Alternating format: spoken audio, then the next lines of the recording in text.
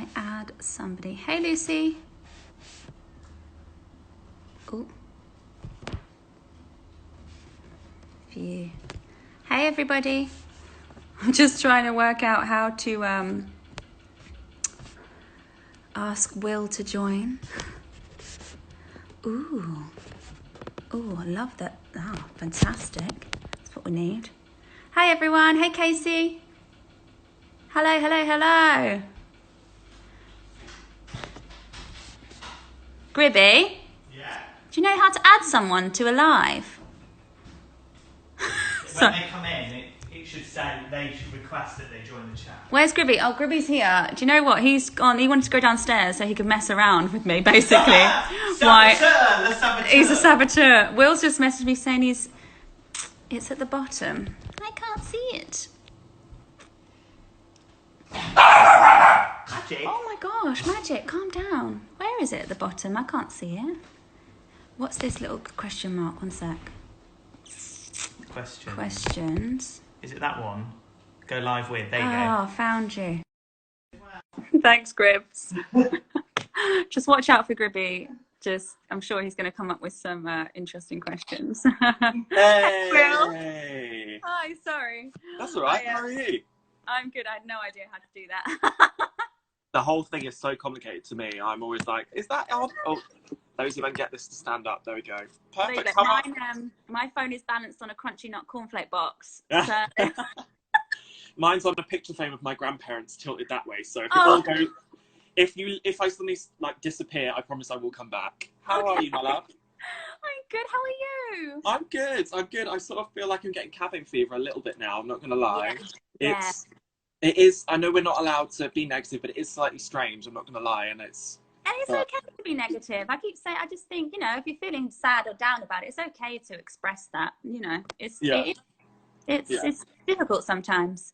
Yeah, definitely. But actually, I think I was sort of talking to a lot of people about this social distancing term that's sort of going round. But actually, I sort of feel more connected to people than ever before, like through social media and stuff. So I don't know. Maybe social distancing doesn't feel like the right phrase for it, but. No, I know what you mean. I'm definitely speaking to people because life is so busy, isn't it, usually, that you don't actually get to have proper conversations with anybody. Well, I never did. I was just always around like crazy. So it's actually quite nice to actually, and I'm speaking to you. Yeah. Because I see you we'll see you out and about and we'll be like, hi. Well, I normally see you when you're the star of a West End show, so it's always a one way, really. So it's nice to actually get to talk to you. Well, thank you so much for being part of this, and hello to everyone that's joining. Amy's been incredibly kind in giving about 25 minutes of her time today to talk to me to support a little organisation that we are creating called Theatre Camp Live, which is an opportunity for us to support some young LGBT and vulnerable people via LGBT Switchboard, which is sort of around this sort of part of the screen, and then also Covenant House. So if you are able to support today, it goes an incredibly long way, and thank you so much in advance. There's sort of donation buttons and stuff. And also, I know that a lot of people watch live sort of afterwards, and some of the questions that I've had on my inbox was that people are busy or whatever else. So I think, Amy, if it's okay, do you mind popping this on your story afterwards? Yeah, and then people can come back, they can watch it in their own time and stuff. And then if you go to club11.london/donate, all the same sort of information is there, because I know I had a couple of messages from people saying they want to support, but they're out. So hopefully that covers everything. But if you've got questions, you can send me a message. Yeah. So that's all the house stuff done. I now get to talk to you, and I'm just trying to think of all of the questions that I wanted to ask you that I haven't already badgered you on text message or sent you in. I mean, the amount of times I see you on the tube is ridiculous. I was like, she thinks I'm stalking her. So I've picked my very best that hopefully people will want to find out. So if you do have a question as well, then please feel free to send it through, and my amazing team will be able to send it through to me, and I can hopefully ask it. One of our team says, "Gosh, she's so pretty." I was like, "Yeah, she really is." Oh, thank you. Okay, I washed my hair today, so. I'm obsessed because actually, funny enough, speaking of hair, my first question was, it's so nice to see you without the pink. I mean, do you miss it or? You know what? I do actually miss it a little bit because I kind of felt like I was really cool when I had pink hair. It did suit you, It really did. Yeah, I quite enjoyed it. Like I'd go into a shop and people would stare at me and stuff. So I was, I do miss it a bit. But this is okay. This is, my normal, so. Yeah. It's nice because you obviously are a West End leading lady at the moment, or when we go back say, it still counts now, in Pretty Woman. I mean, I sent you, I mean, you told me a little while before, and then I managed to somehow, God knows how, keep it secret, which I'm very proud of myself. I know, well done. And then the news went out and it went crazy, and then the show obviously opened at the start of the year, and it's so much fun, and you are amazing. I guess, has it sort of sunk in that you're sort of playing that iconic role in a brand new, which is very rare, Western musical? Well, it hadn't until lockdown happened, really. And now I've had time to really kind of mull over the last couple of months, because it was all just such a whirlwind, from getting the part, which was just ridiculous. I never thought I'd get it in a million years, to the whole process, and then opening night and all of that sort of stuff. So I didn't have time to kind of let it digest, but I have now. And I can't really believe that it's happened, because it's something I always wanted from a child. So when you actually, I've done my childhood dream, it's kind of weird. It's strange. It's still strange, but definitely processing it now that I've got time. And is it nice, I guess, at the moment for you to get to almost reflect on the craziness that's happened, and then obviously then go back to it and be like, oh gosh, now I feel like I can maybe even appreciate it a little bit more? Absolutely. Not that, because I love my job, and I really do appreciate it. But like you said, yeah, when we go back, that first show back is just going to be so, I'm quite cold as a person, in that I don't really cry very often. Like, I always try to see the good in everything, but I think that first show back will be quite emotional, and I think even myself will probably shed a tear. Because it means a lot, and I think that really shows, especially when you're playing a part like that where she's so highly charged and she's so much fun as well, and you do actually kind of get the best of every world. Like, she gets the belty numbers, you get those lovely duets. My question was, do you have like a favorite song to sing, and is it by any chance Anywhere But Here? Because that's mine. Is it yours? Babe, the amount of times I've sent it to you and you've been like, I'm so glad you're listening to Pretty Woman again. Yeah, love that. Do you know what? I loved listening to Anywhere But Here, but singing it, I didn't enjoy it, only until when we started getting, into the swing of the shows every day. Then I started to really love it, because it got easier to sing. But my favorite song is definitely I Can't Go Back, which is in Act 2, which is her, like, big number at the end, big rocky belty number, and I love singing that. Although it's really difficult, which is annoying, I still enjoy it. You do it justice, that's for sure. I guess one of the things I was trying to think about was like, what would Aimie be doing in lockdown? And I did wonder, have you been tempted to put on the movie version? I haven't yet. I haven't. I think we're saving it, maybe for my birthday or something like that. I've got loads of bottles of champagne that people gave me for, the show. Yeah. So we're saving them all up, and then maybe we'll watch the movie and just get all the champagne out on my birthday. I think we're going to make it then. It'd literally be like being in the show, I imagine. I should say very quickly, thank you so much to the 2 people that have made donations. It's very kind. Thank you so much. In terms of, we talked about pink hair, so I wanted to quickly talk about Six. Being in that show, I know I was lucky enough to see you so many times, and it just gets better and better and better. And now it's this, like, soon to be, I mean, sadly, due to lockdown, very nearly a sort of Broadway phenomenon as well. When you look back at your time in that show, is it just sort of, you're almost unable to describe how brilliant that journey was? Again, it's been nice to process all of that, because that was just another whirlwind. It was 2 years of my life, and it really changed my whole career. I mean, that's the reason I'm in Pretty Woman, because Jerry Mitchell came to see Six and loved it so much. So I just feel so lucky that I got to be a part of something from the ground up, because I got to see it. No one knew what it was. We didn't know that it was going to be so successful. And then to just have that whole journey it's magical. And it's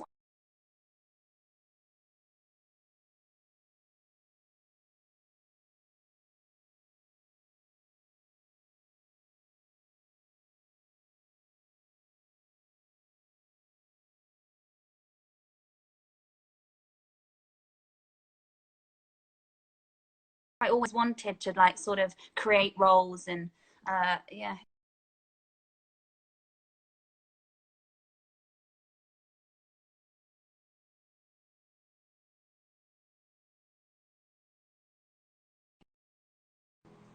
Oh, you're there. Hi. I was like, she's gone. Good. Oh, phew. I was so worried. Okay, good. Not to sort of diminish any of the other songs, but all you want to do is sort of the one that everyone does seem to reference when they go, oh gosh, empty/pop song that obviously you very amazingly voiced.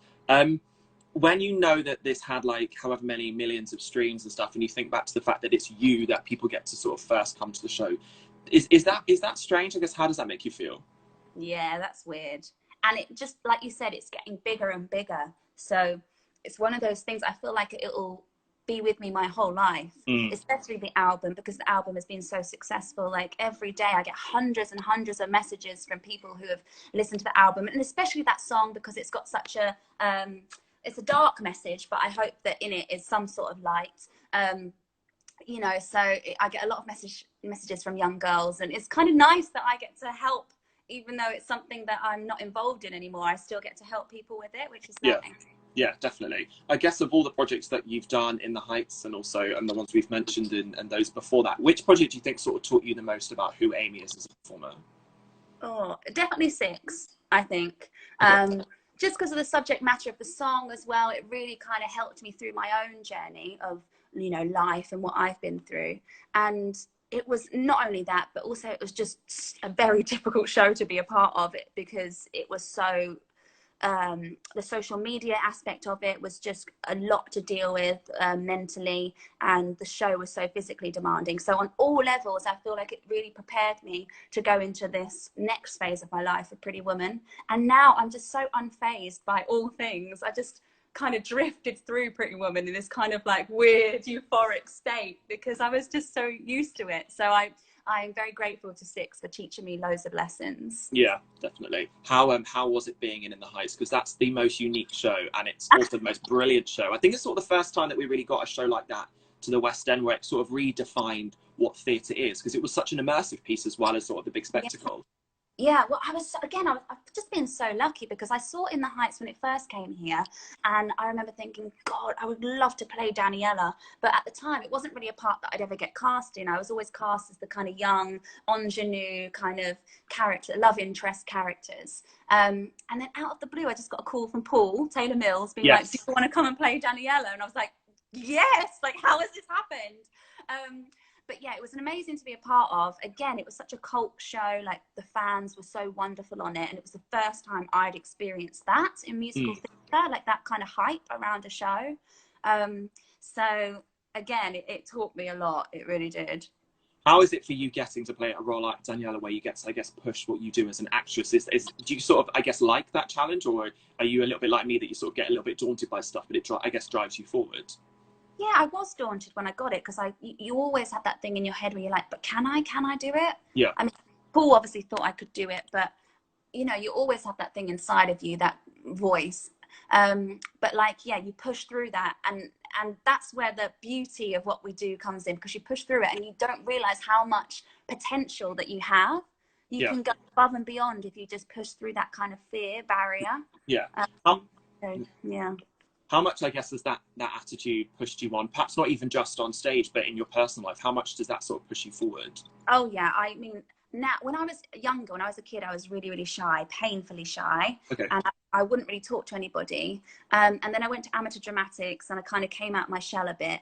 But definitely, now I run towards the fear, because I know that good things come from it, even though it feels scary at the time. I know it's worth it. So I always say yes and just deal with it later. That's my theory. I'm like, yeah, I'll do it. Yeah.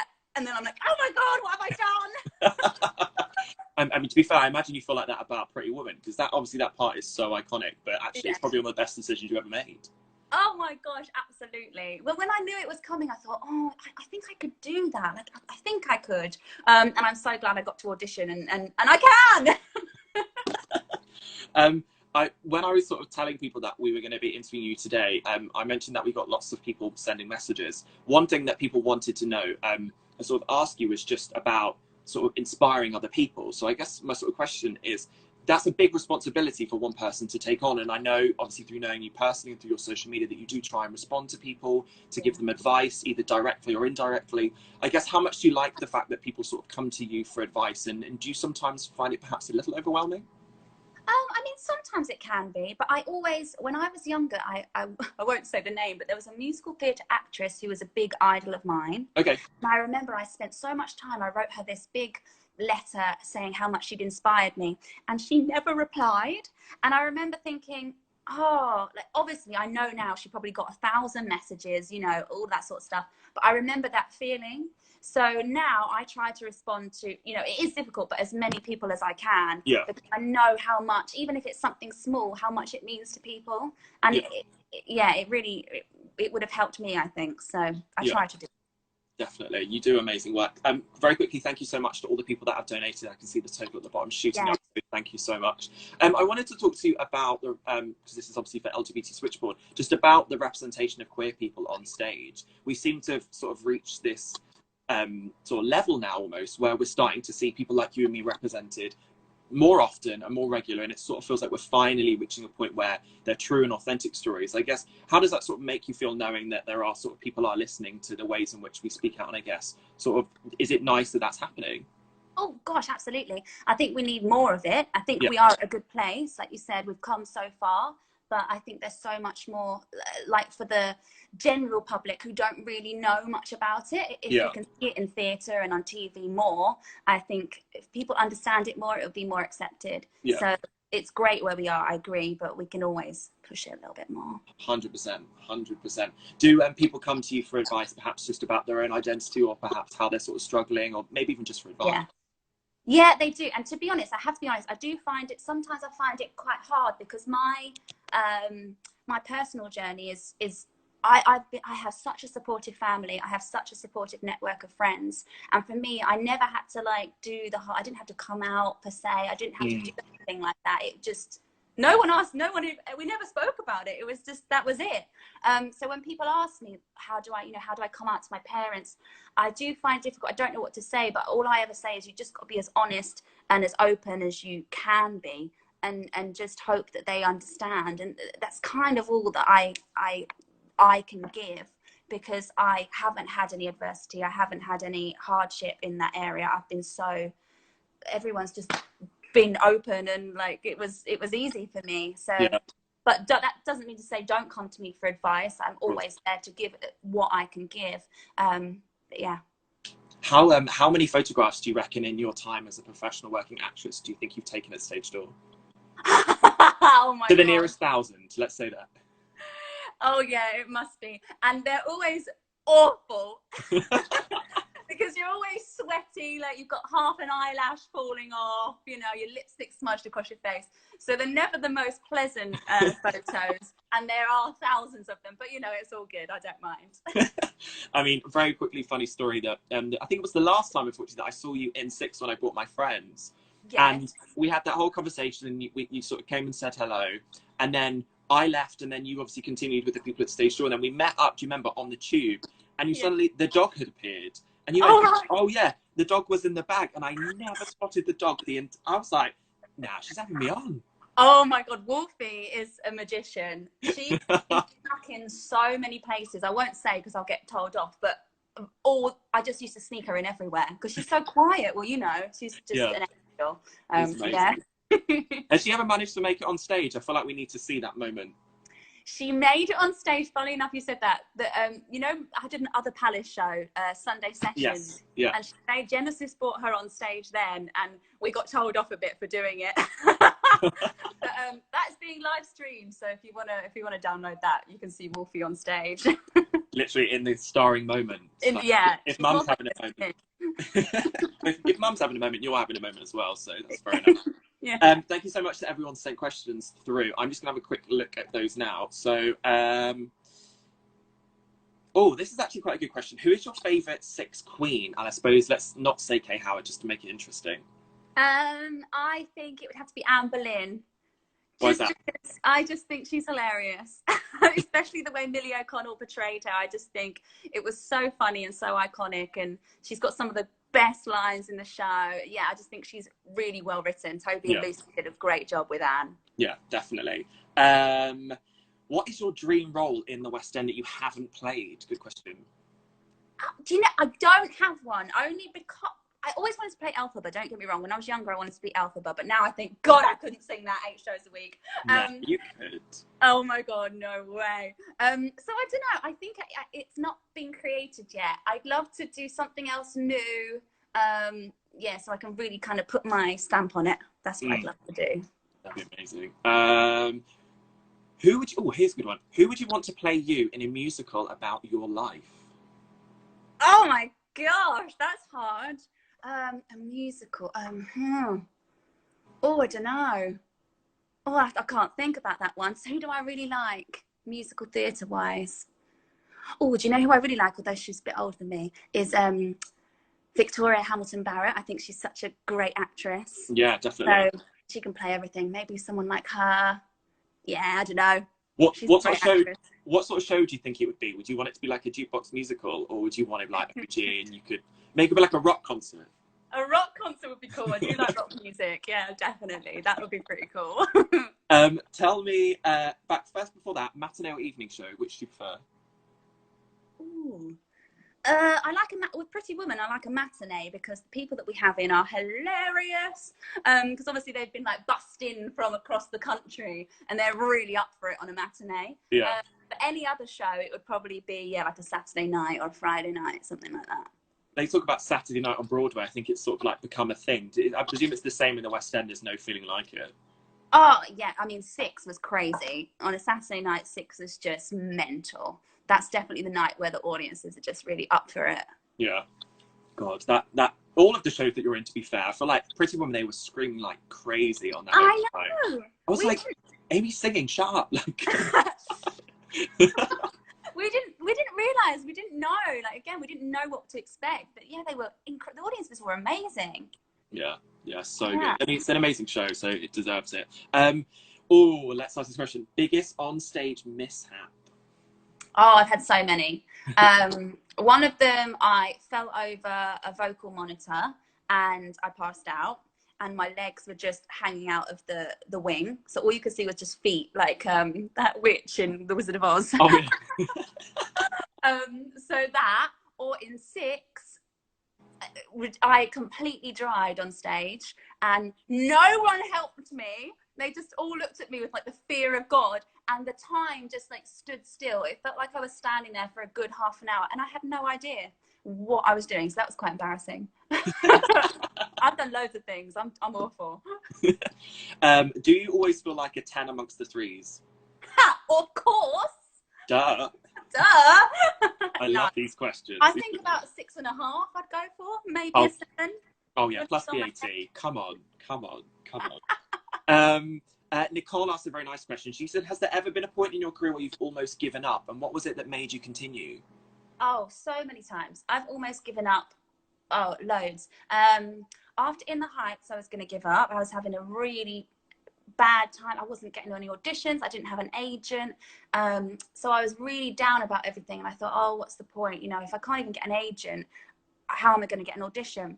And there was just, I guess, something in me that just said, keep going. And I was doing my girl group at the time, and I was away doing cruise ships, doing my own show on ships. And that was kind of keeping me entertained and helping me, you know, financially. But I just kept going. And that's what I always say to people is, because there have been so many times where I've wanted to pack it all in, but then something will just like come out of nowhere and always kind of saves me. So yeah, I've been lucky like that, I think. I think that perseverance and to keep going is when you feel like you're doing what you're supposed to do. Do you know what I mean? Like, yeah. I think if you don't have that, it's coming too easy, and it probably doesn't mean enough. Exactly. Yeah. So now, like with Pretty Woman and stuff, it means so much more because of all the rubbish that I've been through. You know. Do you know if there are any plans for a cast album for the Pretty Woman UK cast? Do you know what? I don't know. So many people keep asking. I hope there is. I would love to do that. But I'm not sure. Don't know. Depends how successful the show carries on, you know. Well, fingers crossed, because I was talking to someone that connected to the show and they said, like, literally you can't get a ticket. Like, people are upset. I know. I couldn't get anyone a ticket. Yeah. So good. Your Pretty Woman, sort of, I guess, your sister, Samantha Barks, is going to be coming to the West End. I know. Is it going to be nice to have her in town? It will be nice, actually. No, we've never met, but she was lovely. When I got the part, she sent me a lovely message just being like, oh my God, you're going to be incredible, and, you know, good luck with it and all that sort of stuff. And I can't wait to see her in Frozen. So, yeah, I can't wait to actually meet her properly because I think we'd get on. Yeah, she's amazing. Okay, my last couple of questions for you. Who is your biggest idol and why? Oh, I always find this quite difficult as well. I never really had like, when I was younger, I loved rock music. My dad was in a rock band. So I was obsessed with Aerosmith and Steven Tyler. So, and I know that's like really left field and obscure, but Jen took me to see them, and it's the only time I've ever seen them, for my birthday. We went all the way to Tenerife to see them, and I was just so emotional because I just loved them. And they're like 70 now, and they're still like hardcore rockers, you know. They can still really sing and really play. So I hope that's me when I'm 70, that I'm still going, you know. You just like belting out, I don't know, Pretty Woman or in the I'm still singing those songs, still singing All You Want to Do at like 75. No, please don't do that. You'll definitely hurt yourself. That was ridiculous what you did. Please, you need to take care of yourself. Thank you so much to everyone once again that has donated through the page at the bottom, but also through our Just Giving page as well. It's really appreciated, so thank you so much. Okay, sort of the killer big final question for you. One thing that's amazing about this industry is that it will always, where possible, come back, and the arts will continue. And that's one thing that I think keeps us all going, is the possibility of when that day will come, and it will come. So when that does happen, what's the one thing that you're most looking forward to doing or happening? I am just looking forward to seeing my castmates again, and just doing a warm-up. You know, doing a group warm-up would be lovely. Just stepping into the building will be, I think, will be a magical experience in itself. Like, the theatres in the West End are just so beautiful, aren't they? That you just feel so like overcome with emotion. So I'm just looking forward to stepping into the building and giving all my castmates a big hug. Yeah, what a moment that'll be, especially with an audience. Yeah. That'll be so good. Aimie, thank you so much. Oh, I feel like we literally want to talk to you for about 2 hours. I know! But, just thank you so much for being part of this, and thank you so much to everyone for donating and being sort of commenting and everything like that. It's appreciated so much. Please stay safe, most importantly. I'm going to keep harassing you with just every time that I listen to the Pretty Woman soundtrack. So you're like, yeah, I get it, you love the show. But thank you so much again, and I look forward to seeing you soon. Fingers crossed. I know, I can't wait to see you. Oh, you're such a dream. Thank you so much, babe, and I'll talk to you very soon. Bye, darling. Bye, everyone. See you soon.